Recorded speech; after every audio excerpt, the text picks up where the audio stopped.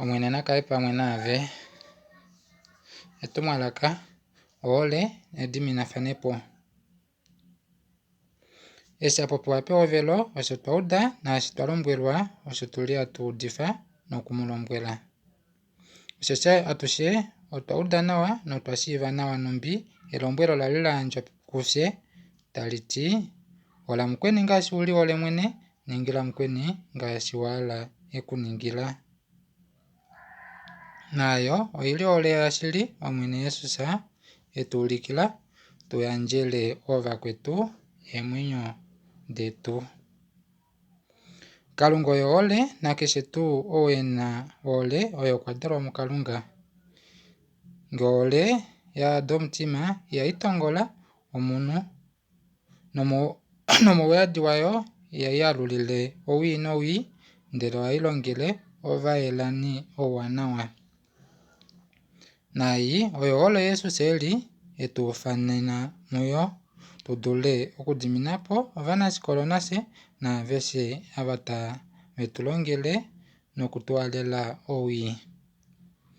Tutwiikile mwaasho onge aike ohole yaKalunga yaadha omitima dhetu hatu dulu okulongela ouwa ava tave tulongele owinayi nokuyambeka ava tavetu taataa nokwiindilila ava tave tusheke.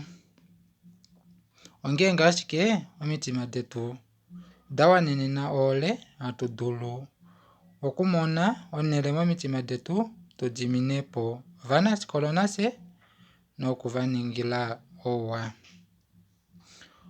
Ohole oyo hayi tu eta tutambuleko nokuyandja omulele, oikulya nomeya kwaawu eli adhipaho nyoko ile omumwanyoko ile omunona goye. Natango ohole oyo hayi eta omuyandji weengunga adiminepo ava vanyengwa okufuta eengunga dhavo nokuvapa vali ekwatho ngele taveli hela. Ohole ihayi kongo shayovene yo ihayiti eshi oshange, ndele ohayi tukululathana naaveshe nohayiti eshange oshoye shange oshoye.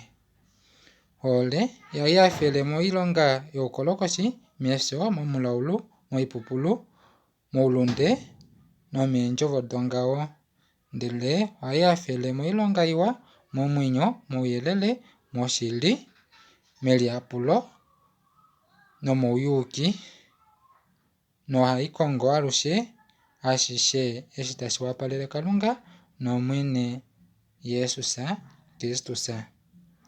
Okudulika nokuyambelela Kalunga mwaashishe. Omwene nekuyambeke.